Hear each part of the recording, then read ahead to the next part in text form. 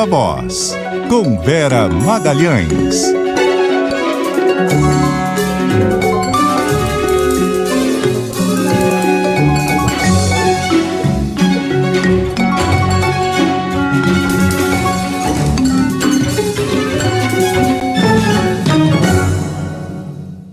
Vera?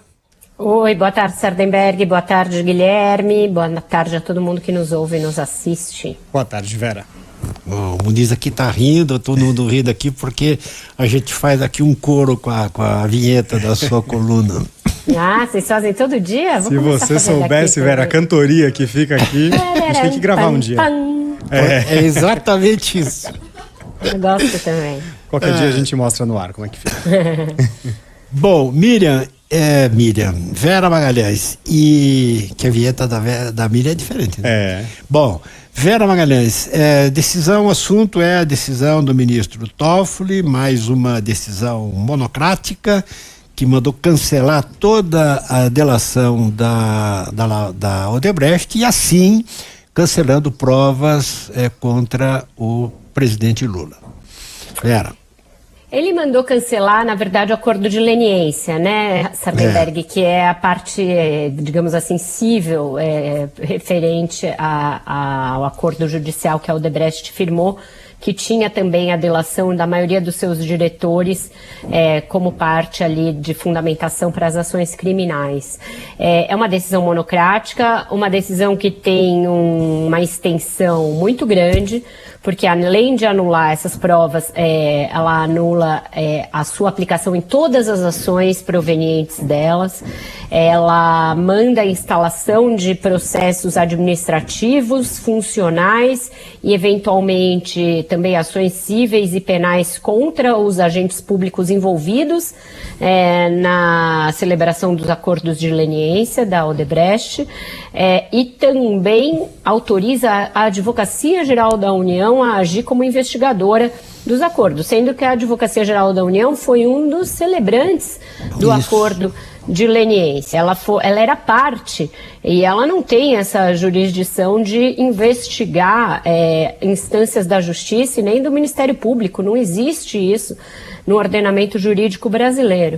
É uma decisão que tem uma cara de uma autoimolação do ministro Dias Toffoli. Ele, tendo sido alguém que muitas vezes chancelou decisões da Lava Jato e que, em certa maneira, ficou estigmatizado junto ao PT e junto ao lulopetismo por essas decisões e se distanciou do ex-presidente Lula, de quem ele já foi ministro, por quem ele foi nomeado pelo PT, se rasga em ponderações de caráter historiográfico ali, numa decisão que deveria ser judicial, deveria ser jurídica. Ele se põe a fazer perorações de que a Lava Jato foi que a condenação e a prisão do ex-presidente Lula poderia ser só uma das piores decisões judiciais já tomadas, mas que ela é mais do que isso, uma aberração, enfim, é cheia de adjetivos a decisão. Ele fala da imprestabilidade de todas essas provas e uma das principais referências dele para declarar essa imprestabilidade é a Vaza Jato, né? São os dados ali provenientes da Vaza Jato que o Supremo tem considerou inclusive para anular algumas decisões até aqui e para pedir a suspeição e aprovar a suspeição do ex-juiz Sérgio Moro, mas que eles mesmos diziam, olha, ela não pode ser admitida como prova, porque foi um vazamento considerado ilegal. Então, uma decisão bastante controversa que jamais poderia ser tomada, pelo que eu ouço de procuradores, até de advogados, de forma monocrática, porque ela se refere a decisões que o próprio Supremo Tribunal Federal validou.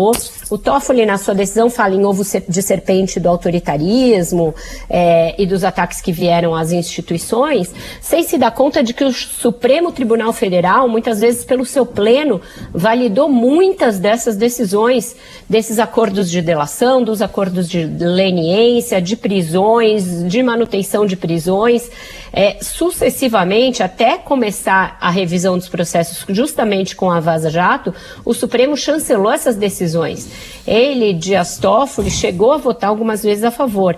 Ele fala de ovo de serpente de um grupo político que depois atacou a democracia, sem se lembrar que uma das razões pelas quais o PT hoje o critica, e ele parece querer fazer as pazes com essa decisão, foi o fato dele ter nomeado, por exemplo, um general como seu assessor para fazer a ponte com o governo Bolsonaro, ter recebido o Bolsonaro sucessivamente na sua casa.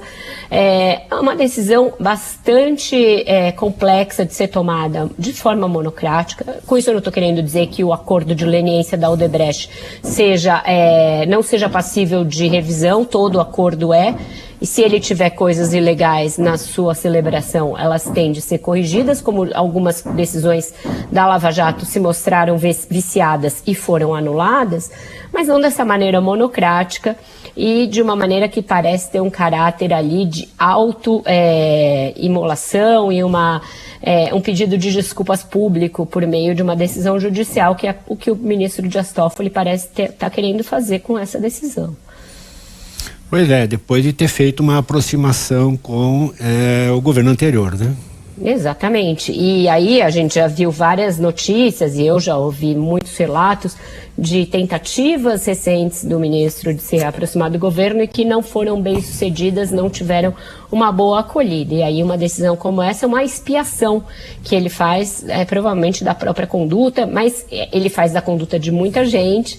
Fala ali de que muita gente tem de ser investigada e punida, mas não fala das vezes em que o Supremo chancelou essas decisões. Então eu acho que se é o caso de uma revisão assim tão ampla, em tons tão duros, ele deveria dedicar algumas páginas, algumas linhas pelo menos, a analisar por que o Supremo reiteradamente referendou essas decisões, as confirmou e as manteve. Então, eu acho que se a gente considerar que a decisão dele é correta e ela faz uma reparação histórica e judicial importante, também precisaria se debruçar sobre os atos do Supremo Tribunal Federal, inclusive quando ele era vice-presidente no mandato da presidência da Carmen Lúcia, que ele chegou a tomar muitas decisões em plantões judiciários a respeito da Lava Jato.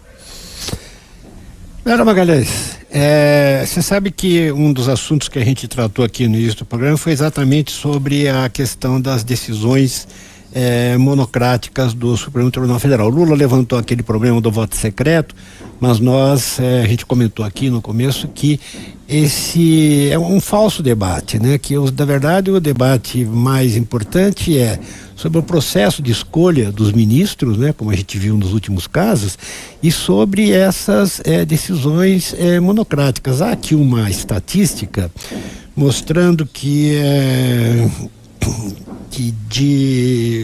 eu tinha acabado de fazer isso aqui, mas enfim, pegando o ano de 2021, não, mais exatamente, do ano de 2022, foram 90 e tantos mil casos julgados pelo 2021, 90 e tantos mil casos julgados pelo Supremo e mais de 80 mil em decisões monocráticas. Quer dizer... É muita coisa. Muita coisa e cada hora para um lado, né, Sardenberg? Isso compromete a segurança jurídica do país, independentemente de juízo de valor de que lado está certo. Se você tem um colegiado que tem como a sua missão constitucional justamente zelar pela aplicação da Constituição, é de se esperar que a maioria das decisões seja tomada de alguma maneira de forma colegiada. E aí você tem duas possibilidades de decisões colegiadas dentro do Supremo, nas turmas e no plenário. E o plenário também não precisa ser só em decisões presenciais do Pleno do Supremo. Tem o plenário virtual para acelerar as questões, para colocar algumas causas. Então, esse excesso de liminares, esse excesso de monocratismo realmente é uma excrescência do nosso judiciário e nesse caso aí está se mostrando justamente o que o próprio Lula criticou ontem. O que ele criticou, e de forma errada, é que supostamente a publicidade dos atos do Supremo serve para prestar contas à opinião pública. E quando os ministros usam essa publicidade para prestar contas de um lado e quando a opinião pública muda de opinião, eles usam de novo para prestar contas para o outro lado. Isso aí também é bem sério, mas deveria ser objeto de análise do presidente da República. Acontece que a solução para isso não é segredo, não é o voto lá escondidinho, é o voto aberto, mas ponderado, justificado, embasado no ordenamento jurídico, embasado na Constituição. Vera Magalhães, obrigado, Vera. Até mais. Até mais, gente. Um ótimo jornal para vocês. Valeu, Vera. Até.